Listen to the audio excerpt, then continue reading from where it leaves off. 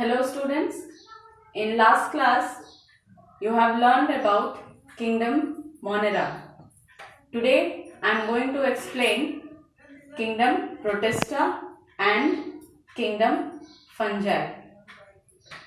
First I will explain kingdom Protista. Kingdom Protista includes unicellular and prokaryotic organisms. Prokaryotic means they have a true nucleus. Example, amoeba. Amoeba, it's a protista and it's a simple example of this kingdom. This kingdom also includes organisms like paramecium and chlamydomonas. Today, just see about amoeba. Amoeba, it has irregular shape and a unicellular organism. You can see here it has a irregular shape and it keeps changing its shape. It has a nucleus, cytoplasm and vacuole is present. Amoeba shows movement through pseudopodia. Pseudopodia means false feet. Means amoeba moves in desired direction with the help of pseudopodia. Pseudopodia, it's a projection like structure emerged in the cell membrane, and that projection moves in the desired direction wherever amoeba wants to move. Amoeba respire through its cell membrane through the diffusion process. It also takes its nutrition through it ingests food by the help of pseudopodia, and with the help of pseudopodia it also eats tiny plants and animals which float in water. Now reproduction. How amoeba reproduces? Amoeba reproduces by the process binary fission and multiple fission. Binary means two a single amoeba cell in favorable condition, it will divide to form two daughter cells.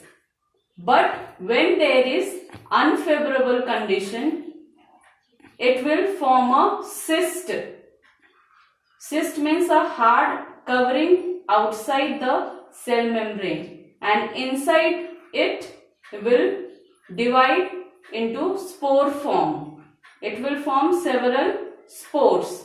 Means the nucleus divides into several in number and each will form a spore-like structure.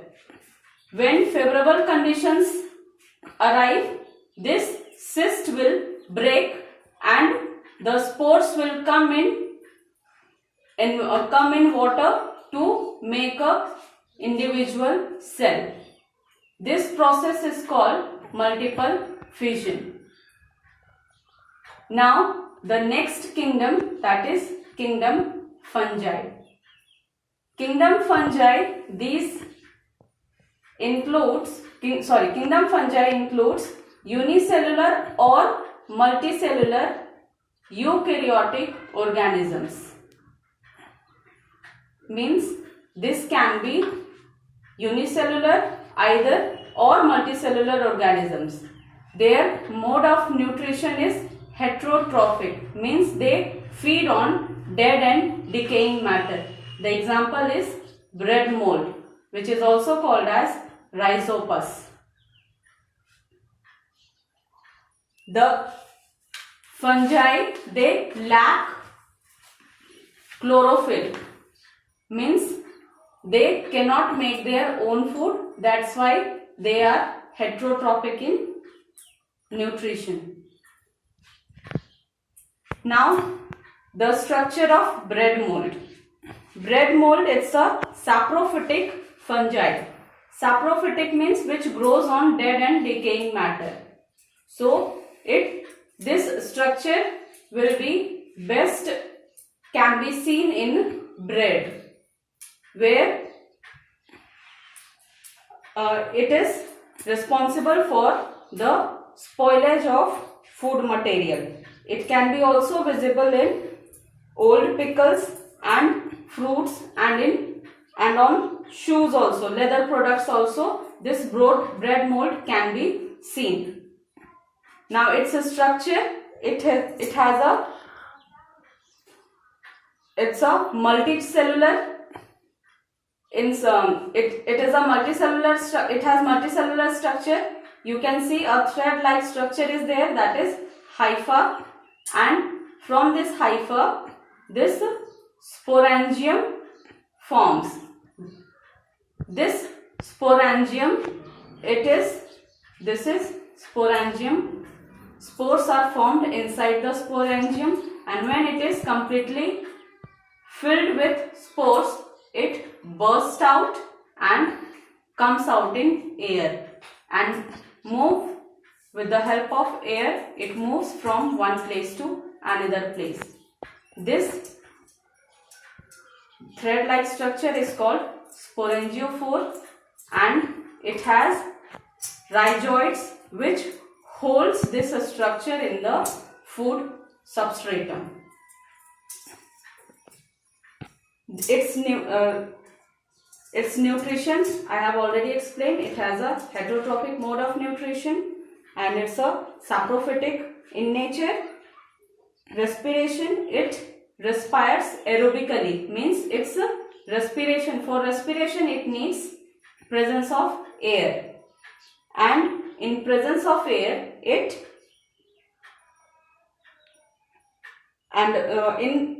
takes in oxygen and release CO2. Means in presence of oxygen it makes the breakdown of food and convert it into CO2, water and energy. Now useful fungi. We have discussed here bread mold. Now we will see the useful fungi. Like bacteria,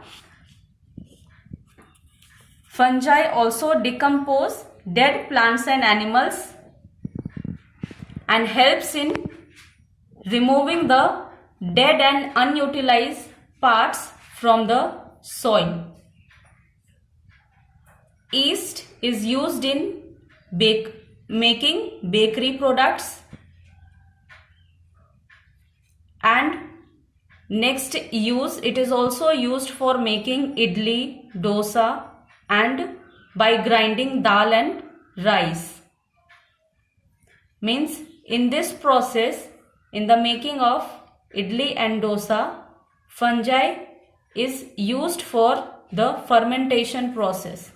Fermentation process means the breakdown of food in absence of inadequate supply of oxygen, and that makes the food or dough light, fluffy and sour.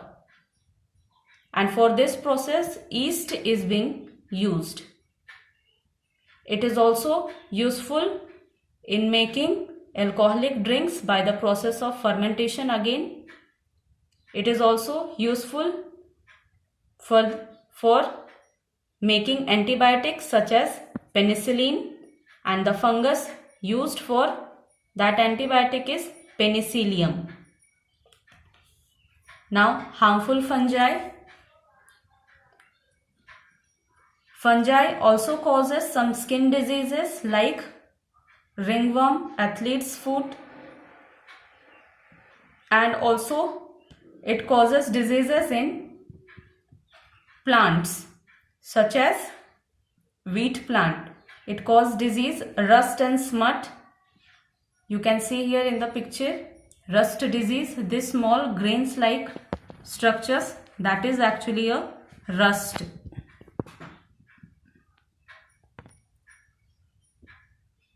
Some other plant diseases caused by fungi are red rot of sugarcane, blight of potato, ticca disease of groundnut, and fruit rot of apple.